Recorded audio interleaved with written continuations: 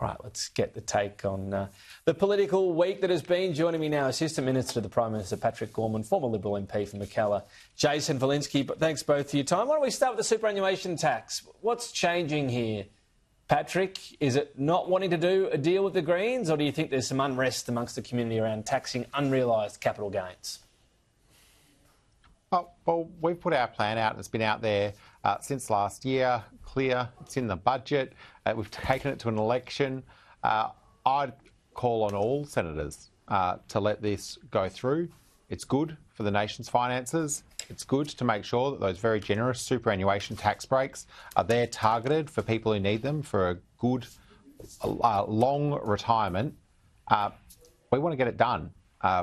We're happy to talk to anyone, but I'm not really convinced by some of the things we've seen from Ted O'Brien, who's sort of saying that he's got a plan to make it all work, but he can't seem to write any of it down. He can't seem to actually articulate what it is that he wants to do. He just, I think, wants to be in the media cycle. Well, he's about to hold a press conference. We'll see what he says. Jason, where do you think the coalition should go on this? Try to be more involved, or just say flat out no to this bill? Well, this tax is unconscionable, it's regressive, it will hurt the Australian economy, it is unfair to people who've been planning their retirement, it does not understand the historical circumstances in which it was brought in. And the fact of the matter is, though, that the Labor Party took it to the election and the Australian people voted for it, and therefore they have a mandate. And it is interesting that when I suggested, therefore, that the Liberal Party in the Senate should abstain, Patrick was quite critical of me. In fact, he called that extraordinary. I'm always critical of you, Jason. Today, I want you to be the best version of yourself, so I've got to keep you on your toes. And we're off. We didn't even get through my first answer. But it's also fair to say that now that's exactly what he's calling for. And I think, we should let the Labor Party do their unconscionable thing. And the Australian people can see it for what it is, and it will do real and lasting damage to our economy. All right, we'll see where that lands. We've got Ted O'Brien about to stand up on that. I'll let you two argue this week because, we got pretty fiery, didn't it, between you and me last week, Jason? But we're fine if you're out there in viewer land worried about us. We've both fronted up again. Let me ask you, Pat Gorman, Labor out there snaring a Greens senator, Dorinda Cox. What's the motivation here? Oh, well, I think Dorinda Cox has been really open about her motivations, which was that she'd reflected over a period of time about her values and how to best turn those values into action, and that she came to the conclusion that being part of the Australian Labor Party, which she'd been a member of before, was the best path forward. So she's decided to act on that decision rather than to just sit in another party room. She's decided to act on that decision. Was she just a double agent, the Labor Party. Sleeper cell, waiting to duck back over? I think we know, and we've talked about this on your program a number of times, Tom. The Greens Party has changed quite dramatically and radically in the last few years. It's Labor that's offering consistent, solid progress on things that Australian people care about. Senator Cox wants to be part of that team, delivering practical progress. I welcome her in. She'll make a fine contribution in our caucus processes, and I look forward to seeing her both here in the West as a Labor colleague and in Canberra as well. But I'm not going to ask you about this, Jason, but I guess we're at this position now we can reflect on the overall so-called teal seats. So Goldstein won back. We'll see what happens on a legal challenge on Bradfield, but Nicolette Buller is going to end up ahead after this recount. How do you judge these seats and the Liberal Party going forward?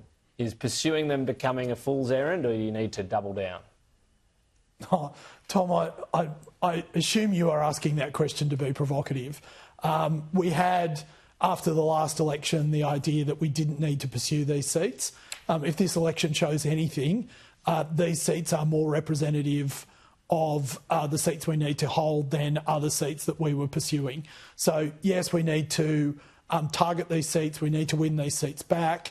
I think it comes down to a very simple issue, which is if we are talking about cultural issues, we're losing votes in areas where we need to win votes, and we need to therefore reorientate towards value arguments and economic arguments and frame the debate in terms of the economy and values that Australians actually care about.